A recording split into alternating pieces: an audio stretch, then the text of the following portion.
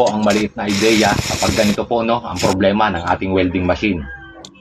Blinking lang po siya, ayaw magtuloy ang power. Ito po ay in-upload ko no at may mga ilan-ilan na nagtanong sa atin. Sana makapagbigay tayo no ng kaunting ideya. Ako po ay hindi ganun kalalim no ang kaalaman sa mga electronics. May mga bagay din naman tayo na hindi nagagawa. Ito po ang kanyang IC, wala tayong nabili no kahit saan. Ang kanyang relay ay wala namang problema.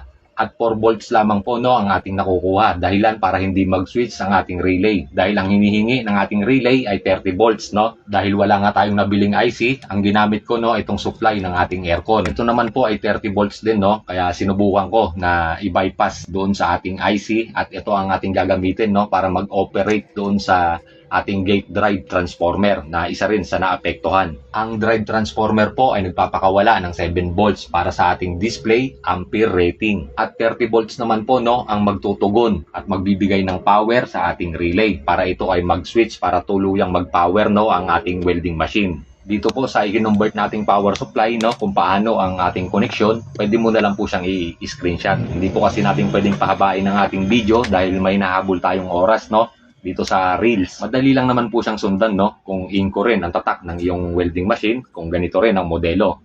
Dito yung ating positive no sa bandang kanan at yung ating negative ay bandang kaliwa.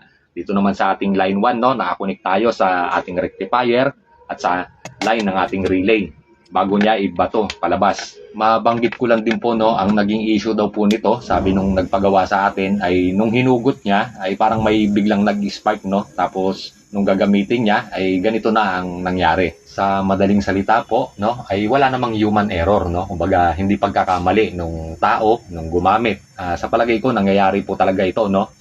At sinubukan nga po nating tanggalin no itong power supply na ating i-convert ay agad-agad po siyang nag-react no at namatay po ang ating unit. Ang kaibahan po nito, ang delay po nito no nitong ating inilagay ay nasa 2 seconds lamang. Ang original po yata kung di ako nagkakamali no, meron itong delay na 5 seconds o higit pa no. Sa ganitong pag-convert po no, 28 volt, wag lang tayong bababa doon hanggang 35 volt no ay kayang-kaya pa niyang panghawakan no. Wag lang tayong tataas sa 35 volt dahil maaaring maapektuhan no yung ating capacitor.